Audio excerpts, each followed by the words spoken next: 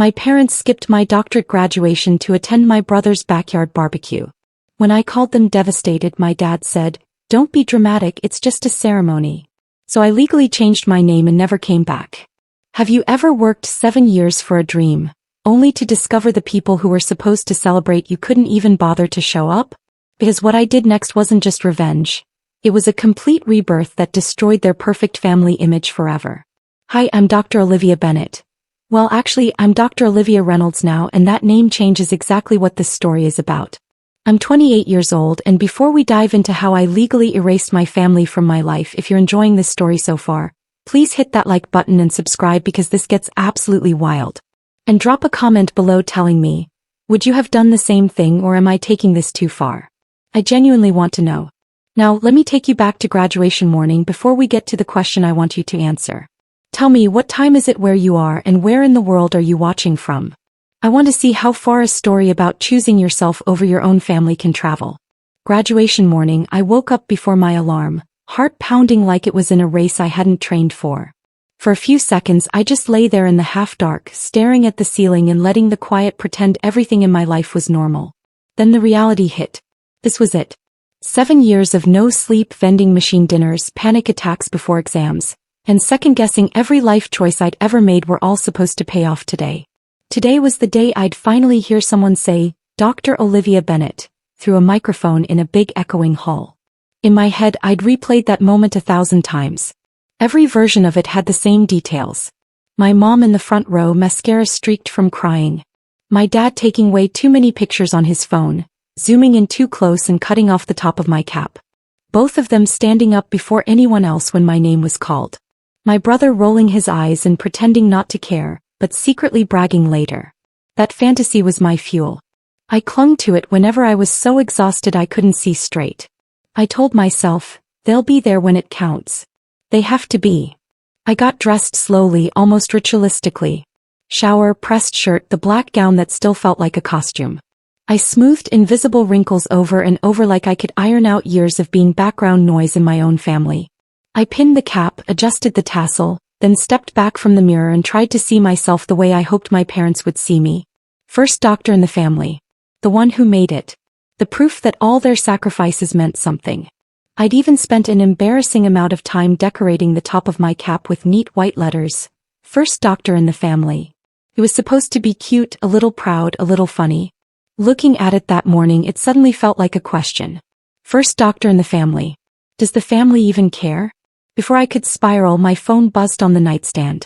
Mom, the screen said. Relief flooded me so fast I almost laughed. Of course she was calling. Of course they were already in the car arguing about parking and complaining about traffic. I answered with a smile already in my voice. Hey, are you guys on your way? If you left early you should still get pretty good seats. Sweetie, listen. Her voice cut through mine, bright and too light, like she was about to cancel lunch plans. Not something that only happens once in a lifetime. We mixed up the dates.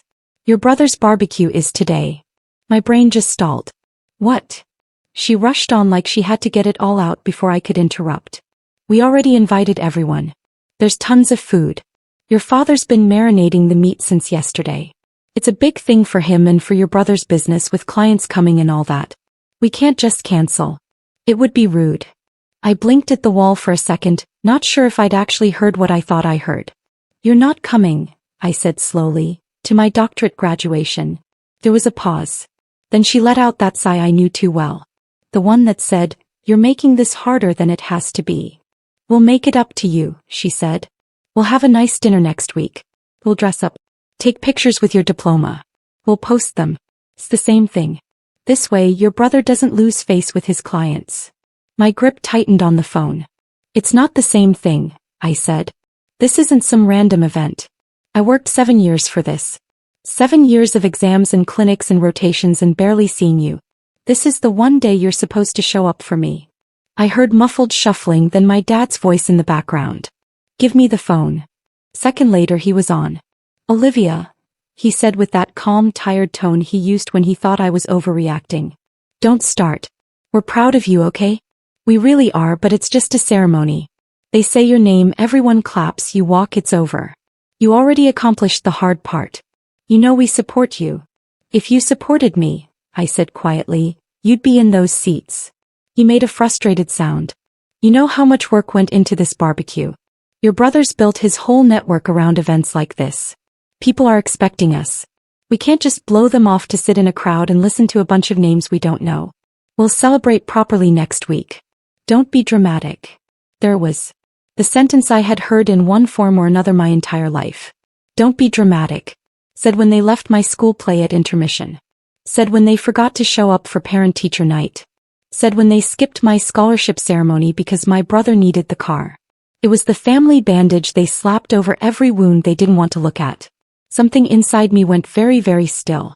My cap and gown hung on the closet door behind me waiting. My fantasy of them in the front row dissolved so cleanly it felt like it had never been real. "Okay," I heard myself say.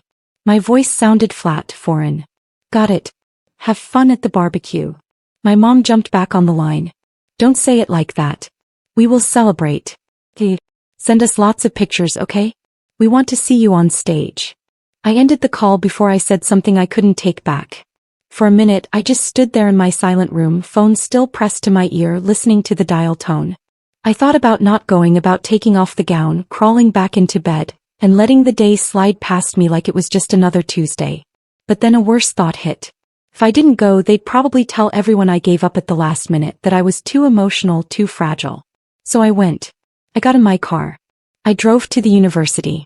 I parked between minivans decorated with "Congrats Grad" written in soap on the windows. Families spilled out of them carrying flowers, balloons, handwritten signs. I walked alone. Inside the hall the noise was a wall. Cheering, laughter, babies crying, the thump of the band playing something energetic and hopeful. Rows and rows of families filled the seats. People waved at their kids down on the floor. I found my assigned seat in the graduate section and sat down. The chairs on either side of me were marked with little reserved signs where my parents were supposed to be. I left them there. I couldn't bring myself to peel them off. When the dean told us to stand and turn to wave at our families, a sea of arms went up. Phones flashed. People shouted names. I turned with everyone else, stared at the spot where my parents should have been, and saw strangers. A dad in a baseball cap, a little girl with pigtails holding a stuffed animal, an older couple arguing about the camera. No one who belonged to me. I lifted my hand halfway, then dropped it. Nobody noticed. The ceremony rolled on. Names, applause, names, applause. Every time someone walked the stage and their section of the audience exploded with cheers, I felt a tiny sting, like a rubber band snapping against the same bruised spot of my heart again and again. It wasn't jealousy. It was confirmation. This is what normal looks like. This is what I don't have. At some point my phone buzzed in my pocket. During a lull I sneaked a look. A photo from my brother. A perfectly arranged barbecue spread. Smoke curling up from the grill. People laughing. My parents were in the background. My dad with tongs in his hand. My mom holding a bowl of salad. They looked relaxed, happy, present. "Wish you were here," the caption read, followed by a laughing emoji and a flame. The timestamp on the photo was the same minute my row was told to stand and move toward the stage. When they finally called my name, Dr. Olivia Bennett, I walked out into the bright lights and forced a smile so wide it hurt my cheeks. I shook hands with the dean. I took the diploma. I posed exactly like they told us to.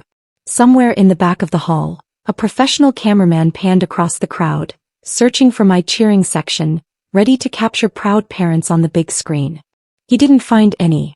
After the ceremony, graduates spilled out into the courtyard, swallowed by their families. There were flowers everywhere, confetti, people crying and laughing and hugging. Parents wrapped their arms around their kids like they'd just survived a war together. I stepped off to the side, clutching my diploma tube, pretending to scroll my phone so I didn't look as lonely as I felt. A woman in her 50s, another graduate's mother, walked past me, then stopped and doubled back. "Would you like a photo, sweetheart?" she asked gently. "I can take one of you and your family." I forced a grin. "It's just me," I said, lifting the diploma a little. "My family couldn't make it." Her face shifted. Surprise, then something that looked like pity and anger mixed together. "Their loss," she said quietly. "Let me take one of you anyway. You deserve a picture." I handed her my phone. I stood in front of the campus fountain in my cap and gown, the sun in my eyes, holding a degree I'd earned with everything I had. She snapped a few shots and handed my phone back. "Congratulations, doctor," she said and walked away before I could cry in front of her. Later that night I posted one of those photos. No filters, no fancy caption, just, "First doctor in the family." My parents couldn't make it. They had a barbecue. I watched the likes and comments come in. Friends from school, classmates, a couple of professors, but the only names I searched for never appeared. "No, we're so proud of you." "No, sorry we couldn't be there, we made a mistake." Nothing. Just silence on their end and grill smoke on my brother's story. Question for you. If your parents skipped the biggest day of your life for a backyard party and told you not to be dramatic about it, would you swallow it, forgive them, and move on? Or would that be the day you finally believed you meant less to them than convenience? After the ceremony, my classmates drifted into dinners and parties wrapped in parents' arms. I went back to my silent apartment, dropped my keys on the table and stared at the cap and gown hanging over a chair like a joke. My phone buzzed with a few congrats texts and heart emojis. Nothing from my parents until my brother's notification appeared. A crowded backyard, a smoking grill, his friends with red cups, my parents in the background mid-laugh. "Wish you were here," the caption said with a laughing emoji and a flame.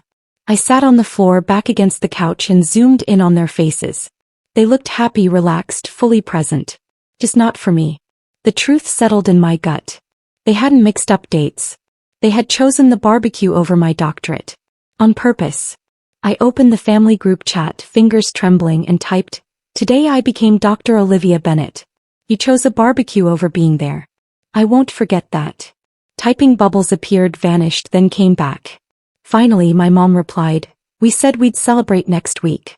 Your father worked hard for that barbecue. Your brother invited people. Why are you making this drama?" "No, we're sorry. No, we were wrong. Just excuses and that same old word. Drama." The tears came fast and ugly. I slid down until I was almost lying on the floor, sobbing into my hands, replaying the empty seats next to me and the sound of my name swallowed in applause meant for other people. When the crying finally stopped, what was left wasn't softness. It was a hard, cold knot and one clear thought. If they could skip this, they would skip anything. I realized I'd treated their love like an exam I could finally pass with the right grades, the right career, the right attitude. But there was nothing wrong with my answers. The test itself was rigged. I wiped my face, opened my laptop and typed into the search bar, "Legal name change process state." It started as a what? The steps were simple. File a petition, pay a fee, show up in court, publish a tiny notice. People did it all the time to match a spouse or mark a new chapter. I wanted to do it to bury the version of me who still waited for my parents to show up. If I was going to kill Bennett, I needed a name that meant something. I pulled an old shoebox from my closet. Inside were letters from my grandmother, my dad's mom, Dorothy Reynolds. She was the one who came to my school plays when my parents were too busy, who mailed me $5 bills with notes that said, "I'm proud of you. Keep going." In one letter she wrote, "Some families give love like breathing. Others make you earn each breath. Don't stay where you're always gasping for air, Livy." After she died, no one pushed my parents to do better. The missed events piled up. And "Don't be dramatic" became the family motto whenever I got hurt. I traced her signature, Dorothy Reynolds, and said the last name out loud. Reynolds. It didn't taste like neglect. It tasted like the only person who had ever chosen me first. On the petition form I typed, first name, Olivia. Last name, Reynolds. My hands shook for a few lines, then steadied. It felt less like paperwork and more like signing my own adoption papers. I wasn't just leaving them. I was choosing whose legacy I wanted to carry.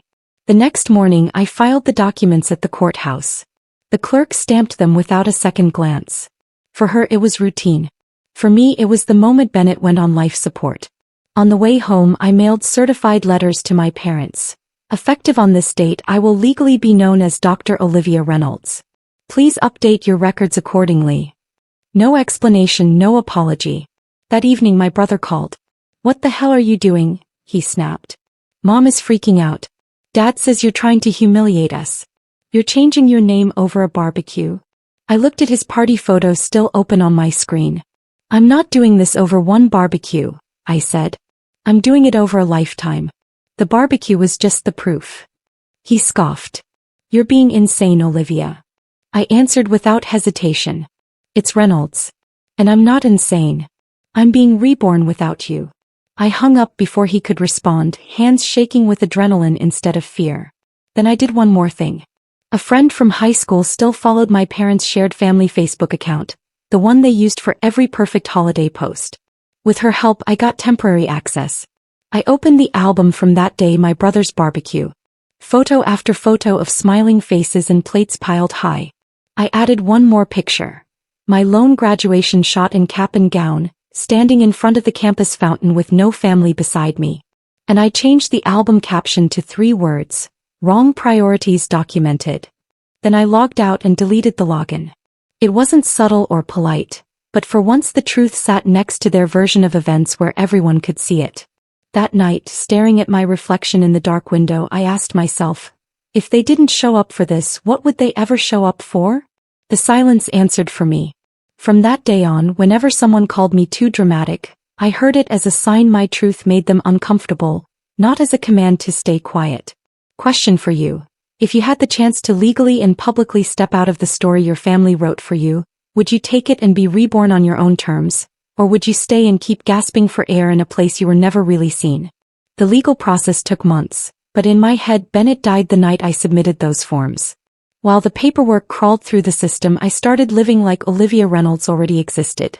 I applied for jobs in another city, some in my field, some in anything that would pay the rent. Most places sent polite rejections. One mental health clinic in a mid-sized city hours away from my hometown offered me a position as a junior psychologist. The director warned me, the pay starts low. The caseload is heavy and a lot of our patients come from messy family situations. It's not glamorous. I almost laughed. Messy families. Perfect. I signed the contract. Packing up my apartment felt like performing an autopsy on my life. Books from college. Sticky notes from exam prep. Photos. The photos hurt the most. Christmas mornings with my brother front and center, me half cut off at the edge of the frame.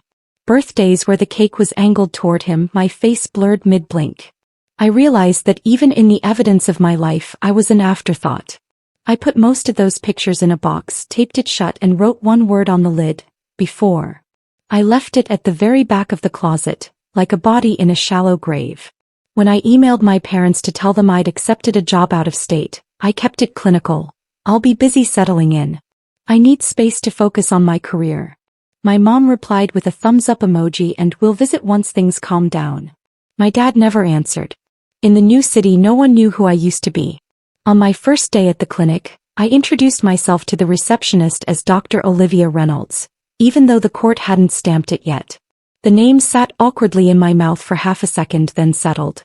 Felt like finally wearing clothes that fit. That's where I met Claire. She was the senior therapist assigned to supervise me. A woman in her late 30s with tired eyes, a sharp tongue, and a way of listening that made silence feel less scary. We worked long hours together, tag-teaming crisis sessions and doing endless paperwork. One night after a brutal day with a client whose mother weaponized forgetting important events, Claire tossed her pen down and said, "It's always the same. Parents swear they did their best. Then you see the kids sitting there picking up pieces no one admits they dropped." Something in me uncoiled. "Yeah," I said. "Some of us could write a book about that." She studied me for a beat. "You sound like experience talking, not theory." So I told her. Not all at once, not every detail, but enough. The favoritism, the way my achievements were treated like background noise, the barbecue, the empty seats at my doctorate ceremony. I showed her the lone graduation photo and then, side by side, a screenshot from my brother's barbecue taken at the exact same time. "Jesus," she muttered. "They really chose a grill over a doctorate." Her next question changed everything. "What are you going to do with that?" she asked. I blinked. "What do you mean?" "There's a difference between a sad story and a revenge story," Claire said. In a sad story, the main character asks, "Why did they do this to me?" In a revenge story, they ask, "What am I going to do with what they did?" That line lodged in my chest. I went home that night and opened a blank blog under a pseudonym, Dr. R. I started writing about family neglect, golden children and invisible siblings, parents who call you dramatic when you point at the wound they gave you. I didn't use names or locations, but the stories were real. One post in particular poured out of me, "When your parents skip your graduation for a barbecue." I described the empty chairs, the phone call, the photo from the party. I ended it with, some people will say you're overreacting. Ask yourself why they're more upset about you telling the story than about the story being true. The blog was small at first, a handful of readers finding it through late-night searches about toxic families. Then one post got shared, then another. Slowly, comments started to appear. This happened to me. I thought I was crazy. Thank you for saying it out loud. My pain was no longer a secret. It was a signal. Question for you. If turning your trauma into a story could help strangers heal, but might one day blow your family's image apart, would you still hit publish? For almost 3 years, I heard almost nothing from my parents beyond stiff holiday group emails and the occasional forwarded meme. I didn't go home. I didn't send gifts. When they called from familiar numbers, I let it ring out. My new life as Dr. Olivia Reynolds filled up with work, clients, therapy sessions, and quiet chosen friendships. The blog kept growing. One piece about the ghost child and the golden child got picked up by a mid-sized online magazine that covered mental health and family dynamics. They asked if they could republish it. I agreed as long as they didn't use my full name. Just Dr. R. Psychologist. Name withheld for safety. I forgot about it after I hit send. A week later, my phone started buzzing during my lunch break at the clinic. Unknown number. I ignored it. Rang again and again. Finally, a text. Olivia, please. Mom. It's important. I stared at the screen, feeling that familiar mix of dread and stupid hope. I let it go to voicemail. That night, sitting on my couch in the dark, I pressed play. Her voice sounded wrong. Tight, panicked. Olivia, if this is still your number, I think that article was about us. People are talking. Your father is furious. Your brother is losing clients, sponsors. They don't want to work with someone from a family that would do that to their daughter. Is that what you wanted? To punish us? She made it sound like I was the one attacking them, not reality finally catching up. The second voicemail was sharper. This is our private business. I cannot believe you would paint us as abusers on the internet. It was one misunderstanding. And now you're making us look like monsters. One misunderstanding. That's what she called a lifetime of being second choice and one unforgivable decision. I played the messages for Claire the next day. She listened with her arms crossed, jaw tight. There it is, she said. They didn't call because they realized they hurt you. They called because they're finally feeling a fraction of your pain and they don't like it. After work, I checked my email. There was a message from a journalist who specialized in family estrangement and justice. They'd read my piece and wanted to do a longer anonymous interview. Your story will help a lot of people who are being told they're overreacting to neglect, they wrote. We think it's important that voices like yours are heard. I sat there staring at the words while my phone buzzed again with another call from my mother. For the first time, I felt the balance of power shift. Growing up, they had the narrative. They told relatives I was moody, too sensitive, always making everything about herself. Now strangers were reading my version. And instead of calling me dramatic, they were calling it familiar. Days later, my mom finally sent a text that stripped away any remaining illusion. Please call me. We're desperate. We. Not, I miss you. Not, I'm sorry. Just, we're desperate. Because my truth was costing them money, reputation, and the polished image they'd built around being a good family. That night, I sat on my couch, phone in one hand, the journalist's email open on my laptop. I imagined my younger self, 16 and crying in her bedroom after her parents left early from her school award ceremony to make it to her brother's event. I whispered to the empty room, to that girl. If I pick up, am I rescuing them or abandoning you all over again? Question for you. When someone only reaches out because your silence finally costs them something real, do they deserve another chance or just the consequences of what they did? In the end, I did call back, but not to apologize. If we talk, I told my mother, it has to be in public. Neutral place. No yelling, no pretending it was all a misunderstanding. You tell the truth or there's nothing to say. She agreed instantly, which was almost suspicious. We picked a cafe halfway between my city and theirs, a crowded place with big windows and nowhere for anyone to hide. When I walked in, I spotted them immediately. My mom looked smaller than I remembered, lines etched deeper into her face. My dad looked exactly the same, just older. Jaw clenched, arms crossed, anger hiding under a layer of calm. My mom stood like she wanted to hug me. I stopped just out of reach. Hi, I said. It's Dr. Reynolds now. My dad's eyes flickered. He didn't like that. We sat. There was an awkward dance of menus and coffee orders like we were strangers on a bad first date. As soon as the waiter left, my mom leaned in. "We're under attack," she began. "Ever since that article, people have been judging us. Your brother's sponsors are pulling out. Clients are avoiding him. Your father's position at the club is in question. This is hurting our whole family." I pulled my phone out, opened the family chat screenshot from my graduation day and slid it across the table. My message: "Today I became Dr. Olivia Bennett. You chose burgers over being there. I won't forget that." Her reply: "We said we'd celebrate next week. Why are you making this about drama?"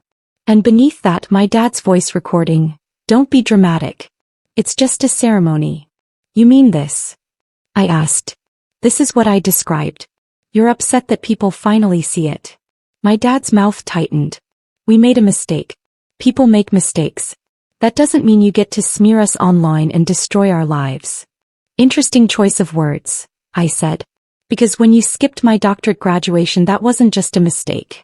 It was a choice. You didn't forget. You prioritized convenience." I just wrote down what happened. My mom's eyes brimmed with tears. "You're twisting things. We have always supported you. We paid for your books, your rent. We were proud of you." "You were proud in theory," I cut in. "But when it came time to show up, you didn't. Not in high school, not in college, and not when it mattered most.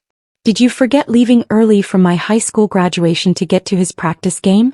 Or skipping my scholarship reception because he needed the car?" They went quiet. A couple at the next table glanced over, but I didn't lower my voice. Let them hear. For once, I wanted witnesses. "We tried our best," my mom whispered. I laughed once, softly. "No, you tried your best with him. Kimmie. You did the bare minimum and called it parenting. And when I finally pointed at the pattern, you called me dramatic." My dad leaned forward, voice low but hard. "We are not villains in your little revenge story. Families have problems, but you don't take them to the internet.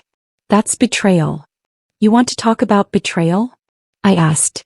"You betrayed me every time you made it clear I was optional. All I did was stop keeping your secret. That's not betrayal. That's disclosure." I pulled a printed copy of the article from my bag and tapped the pages. "Do you know how many people wrote to me because of this?" I said. "People who went through the same thing. People who thought they were crazy because their families told them their pain was no big deal. You're not mad that I lied. You're mad that I told the truth where other people could hear it." My mom's tears finally spilled over. "So, what do you want? You want us to grovel? You want us to admit we're awful parents?" I met her gaze. "I wanted you to show up. When you didn't, I wanted you to own it. Not spin it. Not excuse it. Own it." The silence that followed was heavier than any shouting match we'd ever had. My dad broke it. "You've made your point," he said stiffly. "You've punished us. So now what? You come home, we move past this. You're our daughter. Question for you. If the people who broke you only admit they're hurting when their comfort is threatened, do they deserve to keep calling you family?" There was a time when hearing "you're our daughter" would have shattered me, sent me running back just to be loved a little. Sitting in that cafe, I felt tired. Not angry, not hysterical, just done. "No," I said finally. "I'm not coming home." My mom recoiled like I'd slapped her. "You can't mean that," she whispered. "We're still your parents." "Biologically, yes," I replied. "Emotionally, you fired yourselves a long time ago. I just finally accepted it." My dad scoffed. "You changed a name on some papers and now you think that erases blood?" I reached into my bag and pulled out an envelope. Inside were copies of my legal documents. Court order, updated license, professional registration. I slid them across the table. "This doesn't erase blood," I said. "It erases entitlement. This is the name on my degrees, my clinic door, my writing. Olivia Reynolds. That's who I am now. You don't get to use the old name to drag me back into a role that nearly killed me." My mom's hands trembled as she unfolded the papers. Tears blurred the ink. "So that's it?" she asked. "You're erasing us from your life?" I shook my head. "No, I'm just refusing to let you keep erasing me from mine. I invited you into my milestones. Again and again you chose something else. I believed you. I finally adjusted my life to match what you showed me." My dad's voice rose, telling me I was overreacting, that normal families had worse issues, that I was blowing one event out of proportion. I cut him off. This isn't about one barbecue. It's about a lifetime of learning that I came second. Second to convenience, second to schedules, second to your golden child. My doctorate was just the moment I got proof. The day you confirmed that even at my highest I still wasn't worth a drive. My mom reached across the table, grabbing my wrist. We can fix this, she begged. We'll apologize publicly if that's what you want. We'll tell people we were wrong. Just don't throw away your family. I gently pulled my hand back. You can't fix rot with fresh paint. You have to tear out the damaged parts. For me, that means tearing myself out of the system where I'm only loved when it doesn't cost you anything. I stood, the chair scraping softly. From now on, if anyone asks you about me, tell the truth. Tell them you had a daughter who became the first doctor in the family and you chose a barbecue over her graduation. Tell them you called her dramatic. Tell them you only reached out when her story started costing you money and status. My dad glared up at me, eyes fierce. You're going to regret this one day, he hissed. I looked at him and realized the spell was broken. His disapproval no longer felt like a death sentence. Maybe I will, I said. But I already regret every year I spent begging for scraps of love from people who couldn't bother to sit in a chair and clap. I'd rather regret walking away than regret never doing it. I picked up my bag. My mom's voice cracked behind me, saying my old last name like a spell that used to work. It didn't. I walked out of the cafe, out into the sunlight, and for the first time in my life the word selfish didn't sting. It felt like self-defense. In the months that followed, the texts came in waves. Anger, guilt, bargaining, nostalgia, then eventually silence. Through relatives, I heard that my brother's reputation took a hit, that my parents complained about being slandered, but still never actually explained what they'd done. That's fine. My revenge was never about them admitting guilt. My revenge was simple. I took myself away. I built a life under a name they don't get to claim. My patients know me as the doctor who believes them. My friends know me as the woman who will show up because she knows what it's like when people don't. My chosen family knows I will never pick a barbecue over their milestones. Sometimes late at night, I think about that empty seat at my graduation and the full chairs at my brother's party. And I feel something close to peace because I finally understand. Blood is not a free pass to hurt someone without consequences. The real twist isn't that I changed my name. It's that I stopped believing family automatically meant home. So I'll leave you with this. When the people who share your blood treat you like you're optional, is staying to keep the peace an act of loyalty? Or is walking away the first real act of love you show yourself? So that's my story. If you made it all the way to the end, thank you so much for listening. Please hit that like button and subscribe if you haven't already, because your support means everything to me. And I really want to hear from you in the comments. Have you ever had to set boundaries with family members who didn't value you? Would you have changed your name like I did, or am I taking this too far? Let me know below and I'll see you in the next one.